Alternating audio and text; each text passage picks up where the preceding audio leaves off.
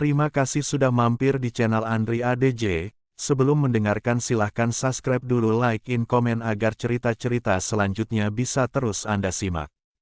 Situs ini berada di Dusun Pasir Hideng, Desa Ciurei, Kecamatan Geger Gintung, Kabupaten Sukabumi, Jawa Barat. Menempati area seluas 131,87 hektar, yang terdiri dari pepohonan rasamala, mahoni, puspa, dan pinus, juga menjadi tempat-tempat satwa yang dilindungi semisal owa Jawa, elang, babi hutan, burung perkutut, dan kakatua. Fasilitas yang ada di Gunung Gombong, selain masjid juga terdapat magom, tempat berzikir, kamar mandi, tempat sampah, dan jalan setapak. Meski Gunung Gombong sebenarnya lebih tepat dikatakan sebagai bukit besar. Meski Gunung Gombong sebenarnya lebih tepat dikatakan bukit besar. Lokasinya berada di pegunungan di antara perbatasan Kabupaten Cianjur dengan Sukabumi. Dari pusat kota Sukabumi, jaraknya kurang lebih 20 km. Topografinya yang lumayan tinggi dan berbukit menyajikan pemandangan alam yang indah dilingkupi pepohonan berusia ratusan tahun. Di sini juga terdapat sebuah air terjun yang indah. Namun yang paling menarik adalah karena di areal ini terdapat makam Syekh Aulia Maulana Mansyuruddin yang dikeramatkan konon sejak tahun 1850. Banyak peziarah yang datang serta menggelar pengajian di makam itu. Mereka tidak hanya berasal dari sekitar Sukabumi, tetapi banyak yang dari Jawa, Jakarta, Banten, bahkan dari Jazirah Arab seperti Oatar, Kuwait, dan Arab Saudi. Terdapat perbedaan pendapat di seputar keberadaan makam ini. Ada yang mengatakan, makam yang terdapat di puncak Gunung Gombong tersebut adalah makam Syekh Aulia Mahmudra. Ada juga yang mengatakan, itu adalah tempat beliau bertirakat untuk mendekatkan diri kepada Sang Khalik terkait kerajaan Banten. Syekh Maulana Mansyuruddin dikenal juga dengan nama Sultan Haji, Sultan Banten ke-7 sejak tahun 1651. Beliau adalah putra Sultan Ageng Abdul Fattah Tirtayasa, Sultan Banten ke-6. Konon, setelah Sultan selama kira-kira 2 tahun, beliau berangkat ke Baghdad, Irak, untuk mendirikan negara Banten di sana. Kesultanan untuk diserahkan kepada Pangeran Adipati Ishak atau Sultan Abdul Fatli. Saat akan berangkat beliau diberi wasiat oleh Sultan Ageng Abdul Fattah, apabila hendak berangkat ke Baghdad, janganlah memakai seragam kerajaan, karena akan mendapat malu. Dan jangan mampir kemana-mana. Harus langsung ke Baghdad, kecuali bila mampir ke Mekah dan sebelum itu langsung kembali ke Banten, pesannya. Di Baghdad, ternyata Sultan Maulana Mansyuruddin tak sanggup untuk mendirikan negara. Sehingga, ia pun mendapat malu. Dalam perjalanan pulang, Sultan Maulana Mansyuruddin lupa akan wasiat ayahnya dan mampir di Pulau Menjeli yang terletak di kawasan Tiongkok. Ia menetap di sana selama kurang lebih 2 tahun. Di sana, Sultan Maulana Mansyuruddin menikah dengan seorang ratu jin dan memiliki 1 putra. Sultan palsu. Sementara itu, selama Sultan Maulana Mansyuruddin berada di Pulau Menjeli, Sultan Adipati Ishak yang diberi mandat untuk sementara mengelola kerajaan, terbujuk oleh Belanda sehingga mengangkat diri sebagai sultan. Hal ini menimbulkan peningkatan Sultan Ageng Abdul Fattah sehingga memicu terjadinya di Kesultanan Banten. Di saat seperti itu, kemudian datang seseorang yang mengaku sebagai Sultan Maulana Mansyuruddin turun dari kapal orang-orang di Kesultanan Banten, termasuk Sultan Adipati Ishak. Percaya orang itu adalah Sultan Maulana Mansyuruddin yang telah pulang, namun, sebenarnya dia adalah Raja Pendeta keturunan dari Raja Jin yang menguasai Pulau Menjeli.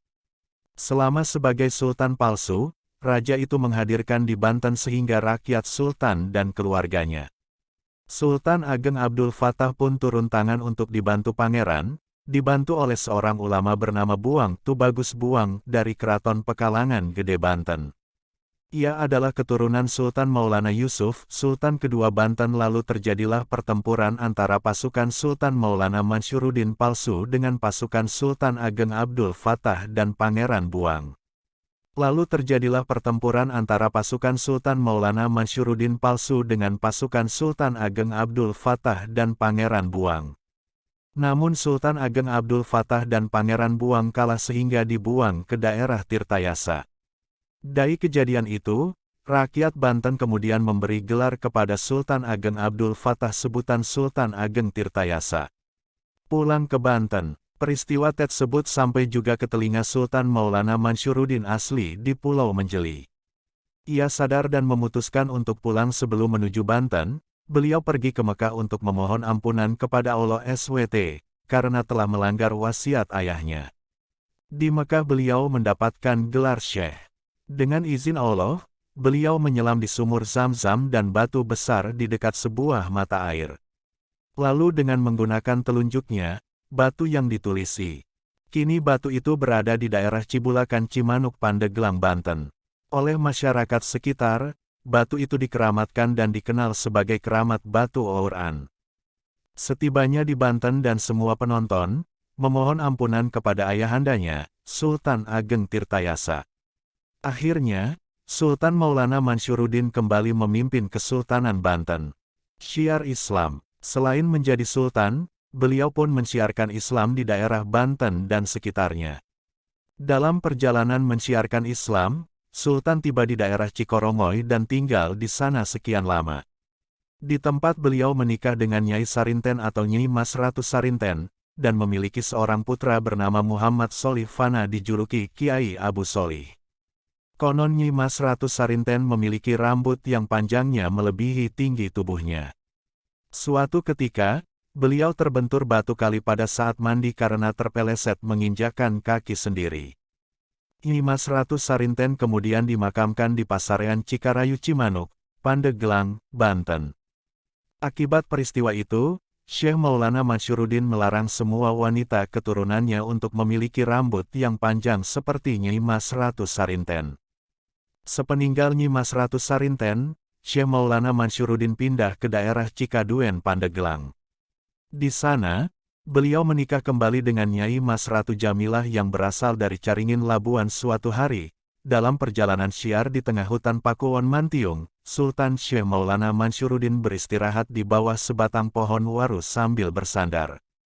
Tiba-tiba pohon tersebut menjongkok seperti seorang manusia yang menghormati. Sampai saat ini, konon di sana tidak ada pohon waru yang lurus.